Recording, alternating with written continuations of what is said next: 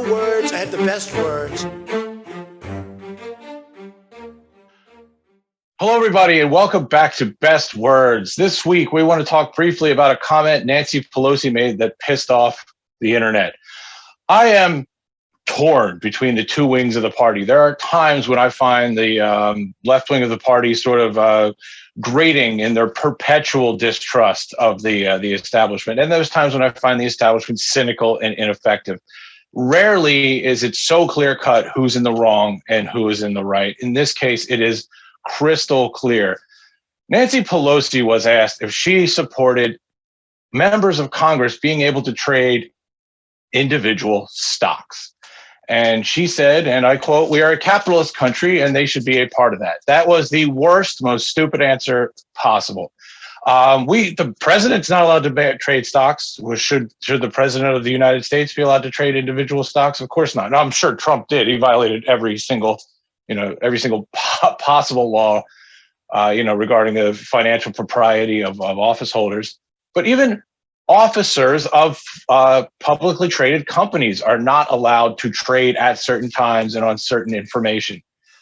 The only people in the entire country that are allowed to trade on material, non-public information are members of Congress. And they have access to all the same information that the president of the United States has, or often they do.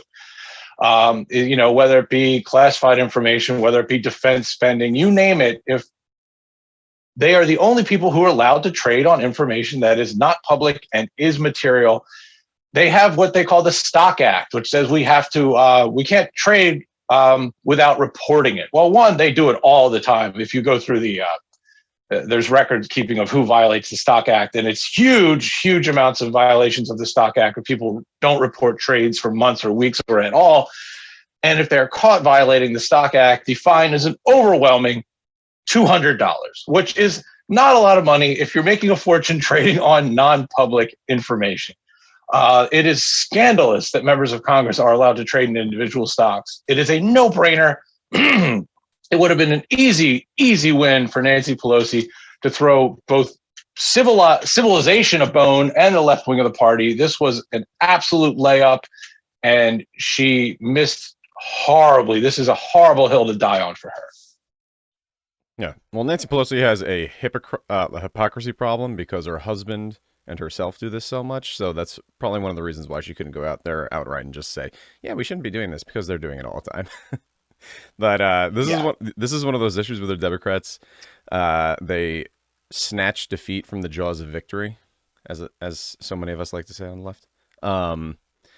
Yeah, this looks really bad. It gets hard to argue with my friends who say that the Democrats are just controlled opposition all the time when you hear shit like this, because it's actually kind of ridiculous on its face. It's like, obviously, public servants shouldn't be using insider trading information to make individual stock trades. At the very least, I think that they should have to put all of their investments into a blind trust. That would be the very least. I kind of agree with some people that say that they shouldn't even have any. And you know what? If you want to be a public servant, that's the price you have to pay.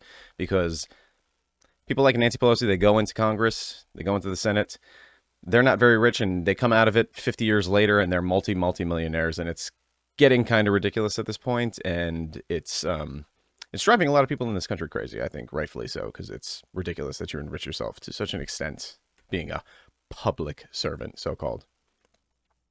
Yeah, I mean, Jimmy Carter, who the left is sort of, there's a hagiography about him. He was not really so terrific. But in the 1970s, the man sold his peanut farm to become president.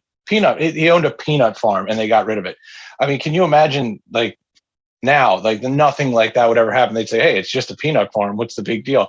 But at that time, the appearance of impropriety meant something to people. Now they could not give a shit.